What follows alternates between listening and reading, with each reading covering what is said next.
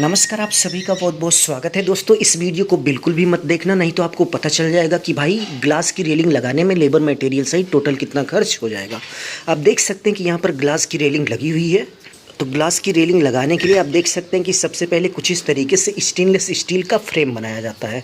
आप देख सकते हैं कि यहाँ पर स्टेनलेस स्टील का फ्रेम बनाया गया और फ्रेम के अंदर आप देख सकते हैं कि इस तरीके से इतना मोटा कांच लगाया जाता है।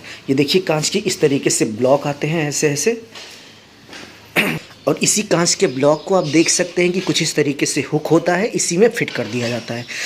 तो चलिए देखते हैं कि यदि हमें इस तरीके से ग्लास की रेलिंग लगानी है तो लेबर मटेरियल सहित टोटल कितना खर्च हो जाएगा। तो ग्लास की रेलिंग का लेबर मटेरियल सहित खर्च निकालने के लिए सबसे पहले आपको ये पता होना चाहिए कि टोटल कितना फिट रेलिंग लगी हुई है। तो आप देख सकते हैं कि यहाँ पर टेप लगाने के बाद टोटल 20 फिट आया, यानी कि यहाँ से लेकर वहाँ तक टोटल 20 फिट है। तो चलिए रेलिंग की टोटल लेंथ 20 फिट यानी कि 20 फिट देख लेते हैं। और यहाँ पर एक रनिंग फिट लगाने का टोटल जो खर्च है वो 1200 रुपये पर रनिंग फिट है। रेट की बात करें तो 1200 यानी कि 1200 रुपये पर रनिंग फिट के हिसाब से यहाँ पर रेलिंग लगाने का लेबर मटेरियल सहित वर्क हुआ है। तो चलिए अब हम आपको कॉपी पर लिए चलते हैं और दिखाते हैं कि 20 फिट ग्लास की रेलिंग लगाने में टोटल लेबर मटेरियल सहित टोटल कितना खर्च हो गया।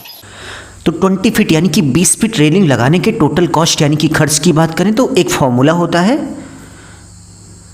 Length into rate. तो यहाँ पर टोटल जो लेंथ है वो 20 फिट है और टोटल जो रेट है वो 1200 रुपये पर रनिंग फिट लेबर मटेरियल सहित है। तो 1200 से हम गुणा कर देंगे तो हमें पता चल जाएगा कि टोटल 20 फिट ग्लास की रेलिंग लगाने का कितना पैसा हो गया। तो टोटल करने के बाद आप देख सकते हैं कि 24,000 यानी कि 24,000 रुपये में 20 फिट रेलिंग यहाँ पर ग्लास वाली लगी हुई है।